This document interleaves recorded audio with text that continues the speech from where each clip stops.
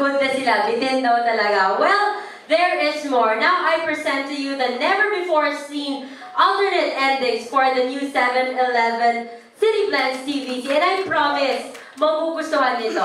Honest. Let's watch this.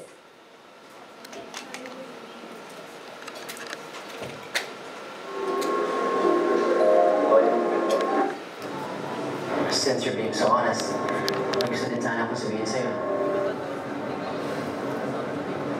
Pero off-cam na lang. Ang daming nanonood din.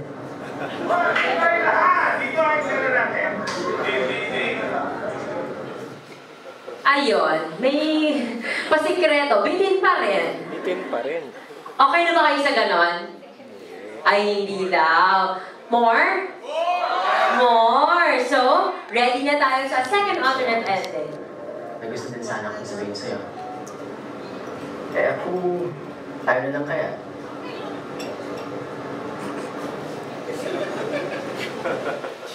Ayun! Bitin pa rin. Gusto niyo na ba? Kami pumapalakpak na lang. Gusto niyo na ba yun, sir? Yes? More pa? Ano gusto niyo makita?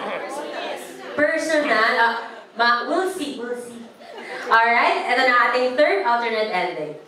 Since you're being so honest, may gusto din sana akong sabihin sa'yo.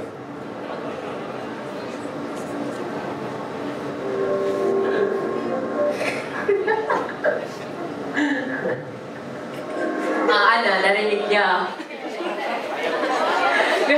Okay na yan?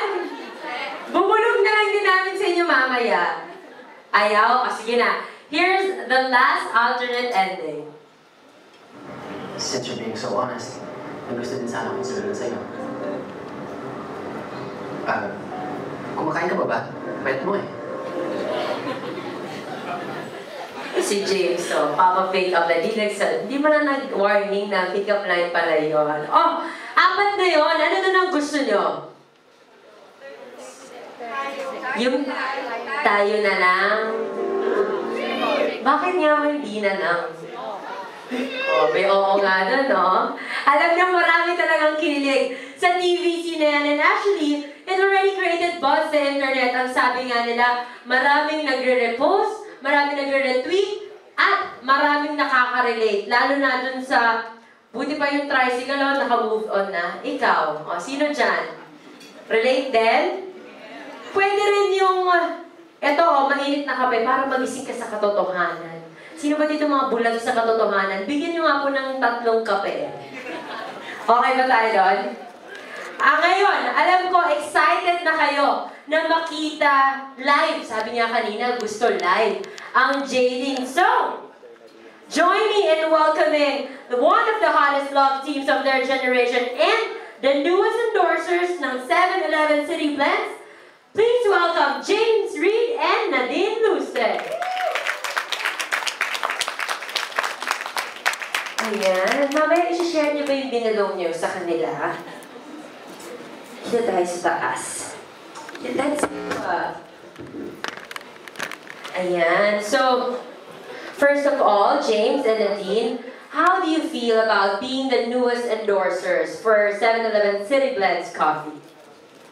It feels great po to be trusted by 7-Eleven. Ako, super happy to be working with 7-Eleven. And of course, kasama ko dito si James. So I'm really, really happy. Maraming salamat po for choosing us. Yes, we're really grateful and thank you for having us.